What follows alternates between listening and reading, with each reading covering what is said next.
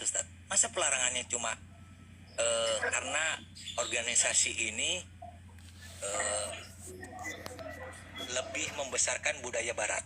Kan lucu. Iya, iya. Dalam urgensi apa gitu melarang dalam hal cuma alasannya itu?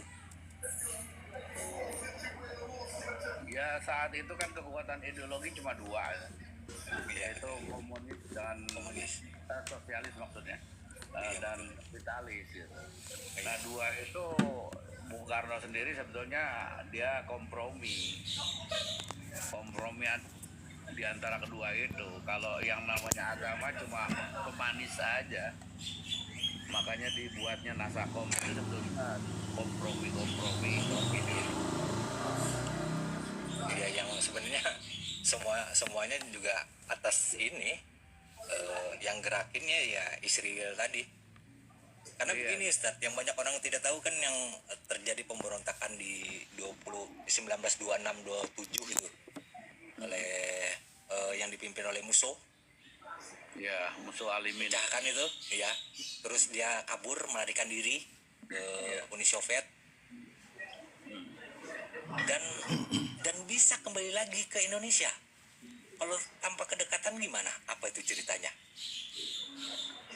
Lah, Iya. kan pengawalnya semuanya emang ke sana si Cakra. Iya, pengawal, makanya itu, Ustaz. pengawal presiden. Lalu ada pemberontakan lagi tuh di 1948 itu. Iya. Termasuk pemberontakan Westerling juga ada Iya, semua. sampai tewas kan si musuhnya. Tapi Thank you. partainya tetap ada. Iya. Ya kan hebat betul itu. Ada pemberontakan, tapi partainya tetap makin tumbuh subur. Iya. Ayo. Terus ada PRII ya, mungkin Ustadz tahu ya. Ya, PRI itu kan termasuk Westerling kan? Betul. Bukan? Ustadz. Iya, Iya, Westerling di betul. Iya. Itu sebenarnya kan permasalahannya cuma minta keadilan ini aja, pembagian kan. Tapi dibikin besar, dibuat seolah-olah itu pemberontakan. Iya. Gitu. Ya pelakunya tetap aja sama itu otaknya. Dan yang banyak orang tidak tahu juga itu pecahnya 98 Ustaz. Itu kan mahasiswa sebenarnya cuma trigger aja tuh. Oh, maksudnya reformasi. Betul. Saya ini sebenarnya pelaku reformasi, tapi saya menangis ketika Soeharto pidato. Kalau saya ini di Australia saat itu, kita meeting juga, ada beberapa orang tokoh-tokoh sebelum terjadi itu, termasuk Amin Rais, kita datangin kemari juga. Ya, intinya nanti saya bahas itu, menarik juga itu. Reformasi itu adalah ketuaannya Soeharto, lagi pula udah miring-miring ke Islam, ijo-royo-royo lah istilahnya. Nah, itu makanya perlu dilengserkan, kalau dia terus nanti Islam ini subur gitu. Oh enggak Ustadz, yang banyak orang tidak ketahui, yang bikin lengser itu sebenarnya karena pecahnya TNI menjadi dua kubu. Oh begitu. Iya, kubu hijau dan kubu merah.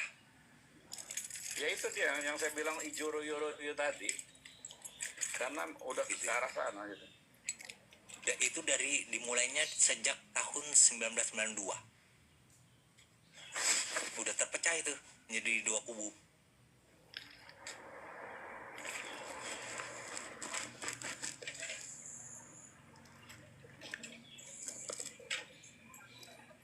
Tapi orang taunya ini kerjaan mahasiswa. Enggak, bukan. Mana dianggap mahasiswa itu sebenarnya. Mau dikuasain DPR juga nggak dianggap. Yang bikin lengser ya karena pecahnya TNI menjadi dua kubu. Iya itu yang saya pahami, bukan mahasiswa, memang mahasiswa itu sendiri sebagai alat aja. Betul, trigger But we don't have yang fisik. Only the recharge. You got the physical one? You can? Yeah, that's why we finished. Still not coming yet. Thank you. You're welcome. Jadi dibuat ini yang nampak di permukaan itulah mahasiswa. Sebenarnya bukan mahasiswa. Ya triggernya itu karena ditembaknya apa namanya mahasiswa dari mana? Ya itu juga Ya itu trigger yang memang jadi move itu.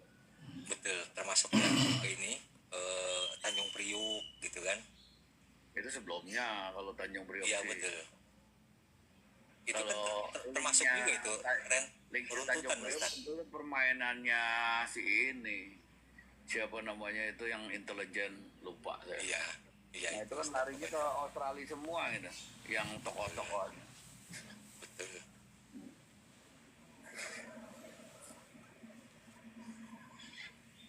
Sekarang kalau buat masalah larinya nggak jauh tuh Ustaz. Orang-orang itu. Di Iya, sini ada ke base camp. Ke Timor Leste. Ya itu sih enggak juga, itu nyebrang juga ke Australia. Kalau itu lemah sebenarnya Timor Leste. Artinya kalau nyebrang dari situ tinggal nyebrang ke Australia dekat. Ke Australia, iya. Australia juga sih sebenarnya. Tapi paling nggak kan Ya kayak sekarang Papua. tempat Papua persembunyian itu, sementara. Papua itu kantornya ada di Australia semuanya. Iya.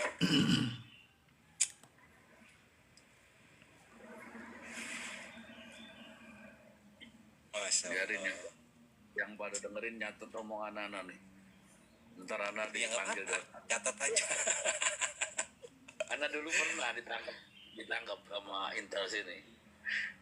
Sehingga heboh itu di Google kalau nama asli Ana ditulis, itu keluar itu berita tentang Ana itu.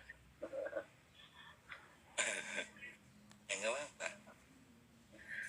Untuk pembicaraan ini juga kemarin ada yang sudah protes Ustadz, sebenarnya ada yang macam-macam pokoknya. Oh nggak boleh gini.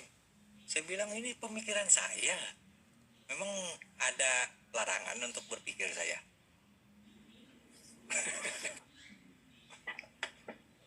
Iya. Saya bilang ini antitesis.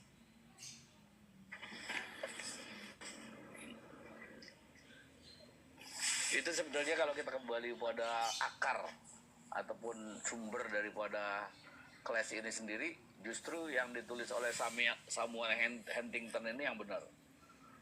Artinya itu awal daripada yang disebut class civilization. Itu Islam itu nggak akan mati gitu. Intinya itu.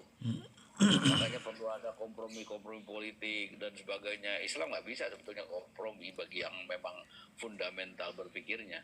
Tapi yang mau kompromi ini kan orang-orang sekuler, orang mereka juga gitu. Yang tapi orang-orang yang notabene-nya adalah Islam. Sehingga itu nanti menjadi perwakilan.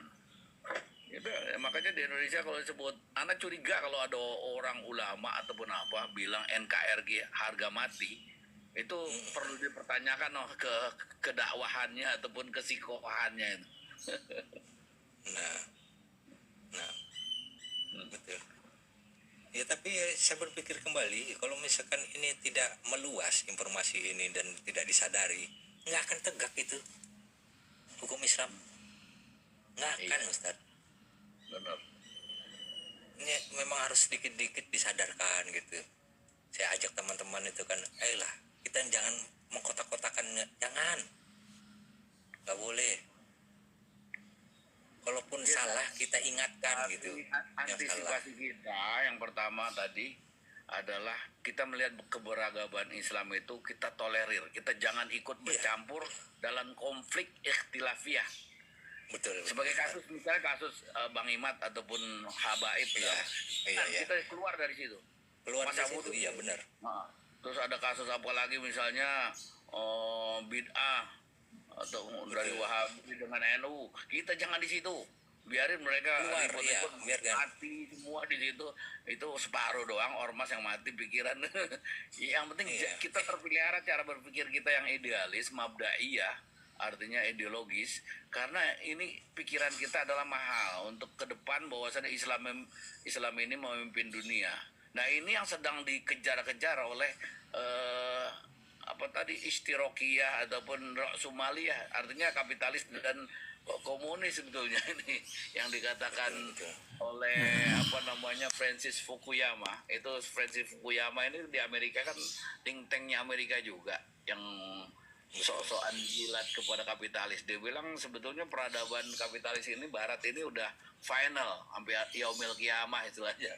Nah itu makanya bantahannya dengan Samuel Huntington itu. Samuel Huntington mengatakan bahwasanya tetap ada gitu dua peradaban, dia akan selalu clash. Nah dengan akan clash ini diantisipasi juga dengan bagaimana untuk memarginalkan ini gerakan oposisi istilahnya, oposisi Barat. Dan dibuatlah misalnya WUT. Nah ini WUT tahu kan artinya? Iya iya. Nah kayak begitu dibuatlah kantor-kantor ataupun stigma-stigma teroris teroris. Iya iya. Nah itu memang makar-makar jahat mereka itu dari zaman dulu terjadi, zaman Belanda datang ke Indonesia. Yang namanya Belanda melihat para ulama-ulama itu kan disebutnya ekstremis. Ekstremis. Dia ekstremis. Daar komen soldaatjes aan. Itu kata orang Belanda itu. Nah itu kita harus sadar sejarah, terus juga pemikiran Islam. Nah ini pemikiran itu cuma ngomong doang tapi mahal itu. Itu musuhnya bagi mereka itu berat. Nah, itu Sebenarnya kan mau gimana gimana juga sebenarnya Soekarno juga sudah memberikan isyarat gitu kan, seperti jangan melupakan sejarah. Cuma nggak berani ngomong yang sebenarnya seperti apa gitu. Itu iya, aja sih. jadi umum itu. Iya, kita disuruh berpikir nanti musuh kita itu yang berambut sama gitu kan. Jas merah. Iya. Walaupun memang sebenarnya ada ikut campur juga dia, dan Soeharto itu menutupinya gitu loh. Itu Bung aja sih Karno saya. dan Bung Karno dan Soeharto itu tokoh kunci yang tahu benar sebetulnya Barat Betul. ataupun komunis. Tahu mereka gitu. Tapi memang yang mendukungnya kurang gitu. Kalau seandainya dukungannya dari Islam, mereka juga akan Islam juga karena mereka kan orang-orang yang memang jauh daripada agama. Iya. Ya itu tadi mikul dhuwur mendem jero. Bahasa Jawa itu. Gus Betik ini bahasanya nih. Tapi tadi Gus Betik nulis bahasa Sunda itu bisa. Abdi subuhala punten. Mangga Gus Betik ya. Wilujeng Sumping. Ya, Wilujeng Sumping. ya kan bener kan Ustadz kan? Mikul dhuwur mendem jero. Mendem jero ya. Iya. Jadi apa ya? Sejelek-jeleknya orang tua itu tetap ditutupi gitu loh. Tetap dilindungi gitu loh.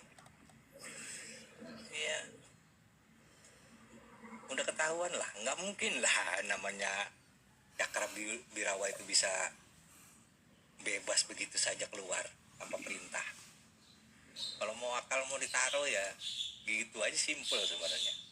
Itu juga Soeharto juga sudah memberikan isyarat di film kan, cuma ya kita kembali lagi disuruh berpikir.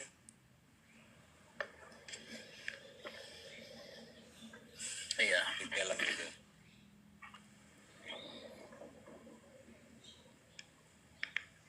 Semuanya dikasih kode-kode. Sebetulnya Ya, memang intinya kebiasaannya kode. sebetulnya intinya komunis ini nggak perlu dikhawatiri lagi, udah hancur. Ya Enggak, kayak bisa, ketika Rusia ataupun Uni Soviet itu hancur sebetulnya sudah berasimilasi lagi kepada kapitalis. Betul. Saling berbagi kepentingan. Misalnya gini, di Barat itu ada sistem yang dianggap hebat dan juga canggih istilahnya.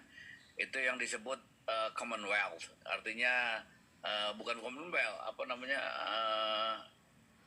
Apa istilahnya sih? Ada istilah tertentu di dalam sistem ideologi kapitalis itu. Tapi sebetulnya bukan dari kapitalis asalnya, itu dari komunis, dari sosialis. itu apa namanya, persemakmuran ataupun membagikan harta. Kalau di Australia ini sebetulnya namanya Centerlink gitu. Centerlink itu link untuk memelihara rakyat, ya, agar kelompok menengah ke bawah ini dapat bagian. Nah, kita menganalisanya itu bukan persemakmuran ataupun sebagai sebuah centerlink kebaikan sebetulnya, tapi untuk meredam permusuhan antara garis bawah dengan garis atas, kelas kapitalis dengan kelas bawah. Nah, itu perdamannya adalah kasih bagian gitu, supaya terbungkam mulutnya gitu. Jangan sampai seperti jatuhnya komunis. Jatuhnya komunis kan dulu kan asalnya sama rata sama rasa. Sama rata sama rasa artinya orang yang memang sungguh-sungguh bekerja dan sebagainya, bagiannya sama dengan orang-orang yang nganggur, ongkang-ongkang kaki kalau pagi cuma ngopi dan ngerokok di pinggir jalan tapi dapat roti gitu. Nah, ini kan jadi jealous nih, iri orang-orang yang memang bersusah payah intelektual ilmiah. Nah, disinilah terjadi kalau biasanya kan kalau demonstrasi atau protes itu dari kelompok kecil ke atas. Ini kelompok atas protes ke kelompok bawah, artinya memang jangan ada ini yang sama rata sama rasa, nggak ada lagi, itu nggak adil. Nah, terjadilah kemudian itu gesekan-gesekan di Cina, di mana. Nah, akhir-akhirnya masuknya tadi apa namanya, Gorbachev gitu. Gorbachev kan antek-anteknya Amerika gitu. Cecep Gorbachev jadi tokoh komunis. Akhirnya disitulah kemudian dalam hitungan beberapa hari itu runtuh, kemudian nggak ada lagi komunis, kemudian bagiannya, negara bagiannya semuanya dimerdekakan semua. Artinya begitu mudahnya jatuhnya sebuah ideologi. Nah, bukan tidak mungkin Barat juga akan mudah jatuhnya kalau rakyatnya menuntut bahwasannya kita tidak menerima lagi pemikiran kapitalis yang memang pro kepada orang kaya, oligarki ataupun pemilik modal. Nah, itu. Iya. Karena itu yang dimanfaatkan ini juga tadi. Allah, muter-muter aja sebenarnya. Kembalinya ke sana-sana lagi, Ustaz. Loh, si Gus Budi Mojang Cimahi pakai bal ya. Mojang Cimahi, perempuan Cimahi. Mojang Priangan. Gak bawa. Jadi istrinya dari Cimahi nih, Gus Betik, Masya Allah. Hari sama. Oh, biasa Sunda Pak. Ya, halus bener, gak bawa abdi, harusnya gak bawa orang yang umum buat. Bawa orang Mojang Cimahi. Waduh, baru kenal ya. Mudah-mudahan tambah akrab, naik ini Ustadz nih. Itu sudah di atas. Assalamualaikum, Gus. Waalaikumsalam untuk Abah Abu Ibrahim dan Abah Abdul, semoga sehat semuanya. Abdi tertingali maneh muncul di dia.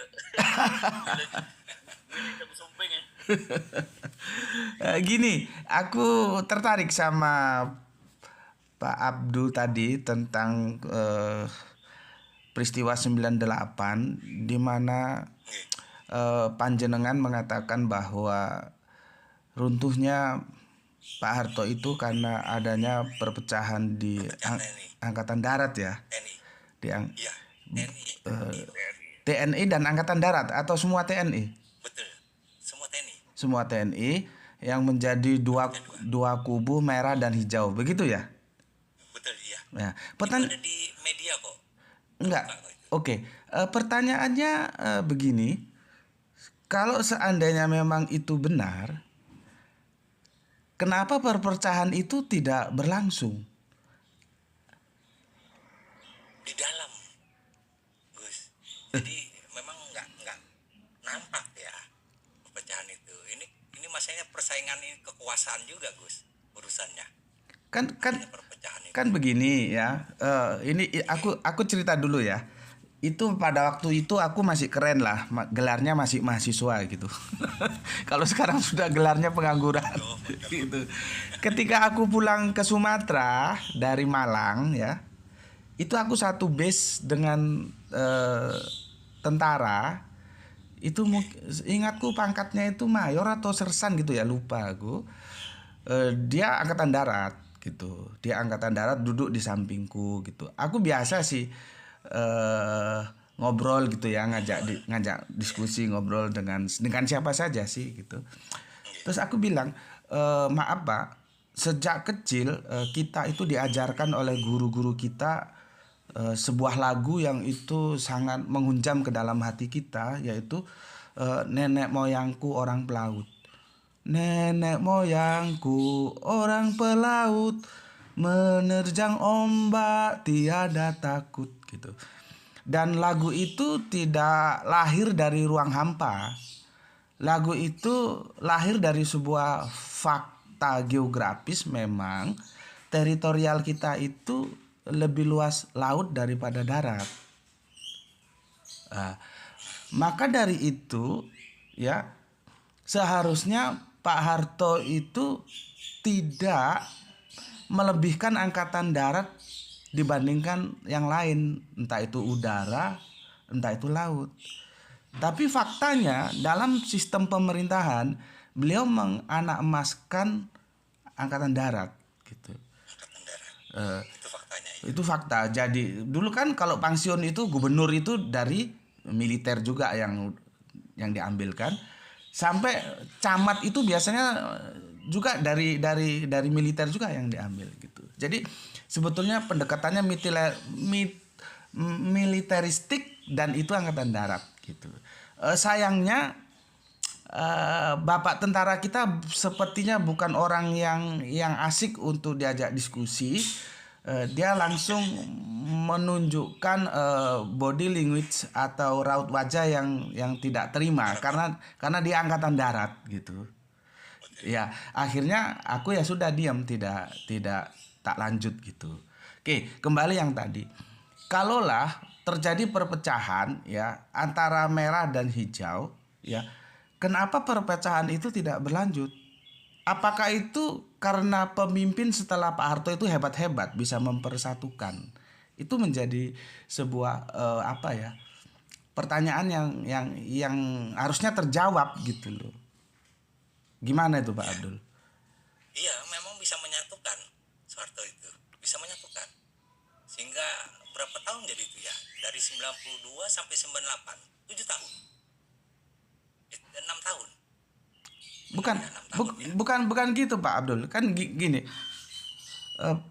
Presa posisi yang dibangun Pak Abdul, Pak Abu Ibrahim mohon izin sebentar nggih.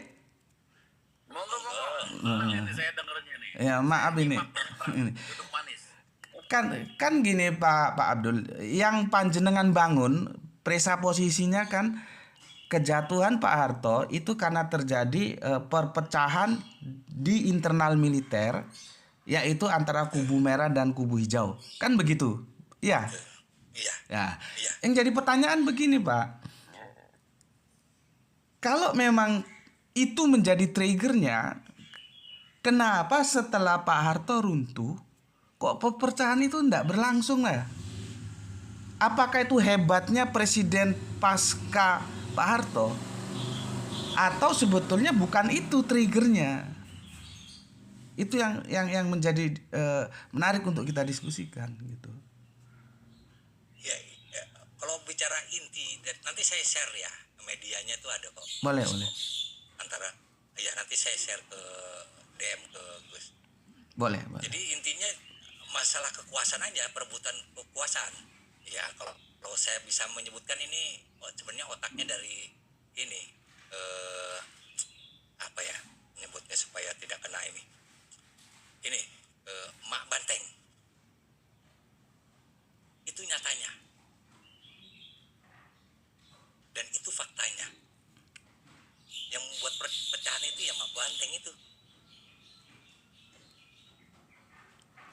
Oke. Gini Pak. Maaf ya. Iya. Gak apa-apa, ini kan kita diskusi biasa ya. Artinya saya tetap memberikan apresiasi kepada Pak Abdul. Aku begini, kalau panjenengan itu menisbahkan kepada Mak Banteng semakin bias gitu loh.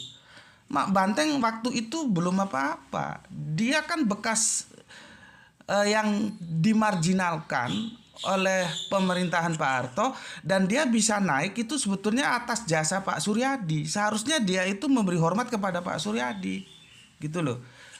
Jadi pada waktu itu Mak Banteng bukan siapa-siapa. Bagaimana dia bisa mempengaruhi seperti itu? Dia itu mulai berbicara setelah terjadi dari Suryadi terus ke Budi Haryono apa siapa gitu. Maka terus untuk memisahkan itu membentuklah dia sebuah PDI yang ditambahi P Perjuangan itu. Disitulah mulai dia punya gigi. Kalau dari itu ke belakang dia belum punya gigi. Wah, masih kurus, masih kalem, masih wong cilik gitu. Sekarang aja lupa sama wong cilik. Jadi jadi jadi gini Pak. Ya, apakah sebuah pernyataan lengsernya Pak Harto itu karena perpecahan di dalam militer, itu kan perlu kita kaji. Karena begini, justru aku nih ya sangat hormat kepada Pak Harto dalam arti begini. Tolong disikapi, bukan hormat membabi buta, tapi hormat dalam constraint, dalam batasan kekuatan. Seandainya Pak Harto mau saja ya memerintahkan militer untuk menghabisi semua pendemo, itu selesai, Pak. Selesai karena apa? Wiranto itu masih di tangan dia, Wiranto.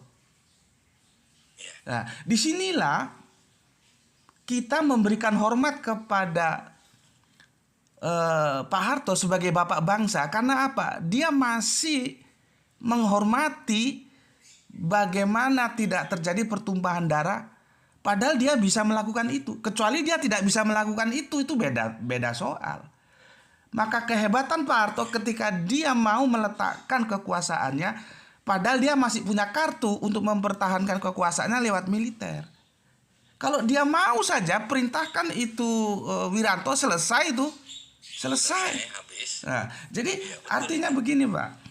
Apakah benar apa yang disampaikan berita itu yang panjenengan kutip lengsernya Pak Harto karena perpecahan di dalam internal militer? Kalau menurut aku tidak. Karena apa?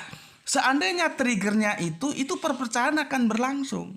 Lah sekarang pemerintahan presiden sekarang kan tidak sekuat Pak Harto. Ternyata tidak ada perpecahan itu. Gitu loh. Dan tadi yang tadi juga sebagai bukti, yang tadi sebagai bukti juga Pak Harto masih menguasai militer lewat Wiranto. Itu Pak canggahan saya. Gus mendengarkan tadi obrolan saya sama Abah itu sebenarnya benang merahnya itu tadi organisasi F tadi. Nah, organisasi F itu semuanya laki-laki. Yang perempuan ini kalau salah saya diluruskan ya Abah. Kalau yang perempuan itu namanya Komesen. Siapa yang ada di Indonesia di Konoha? Yaitu Mak Banteng. Gitu loh.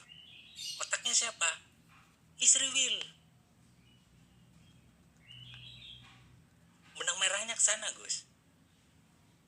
Jadi yang mengacak-ngacak kita ini semuanya, permasalahan yang ada di Nusantara ini, Istri Will. Gitu, Gus. Jadi sebenarnya yang tidak mau pertumpahan darah yang dimaksudkan oleh Soeharto itu ada itu TNI bersama TNI itu bukan mahasiswa. Saya menangis benar Gus. Saya pelaku yang saya ini mahasiswa waktu itu. Turun saya dan saya menangis ketika Soeharto itu ini pidato. Itu ya. Yang jadi permasalahan kan tadi antara Bang Abdullah dengan Gus Betik itu kan bisa masalah pemicunya. Faktanya sih sama ya. Faktanya perubahan itu masalah perubahan dari mulai diktatorship istilahnya, kemudian ke arah kepada reformasi liar gitu. Tapi di situ juga gambarannya yang kita bisa lihat berkenaan dengan dwi fungsi ABRI itu sendiri yang merangkap ranah sipil kemudian berubah menjadi pembersihan gitu. Makanya di Australia dulu waktu nggak lama terjadi itu berkali-kali itu mengadakan seminar-seminar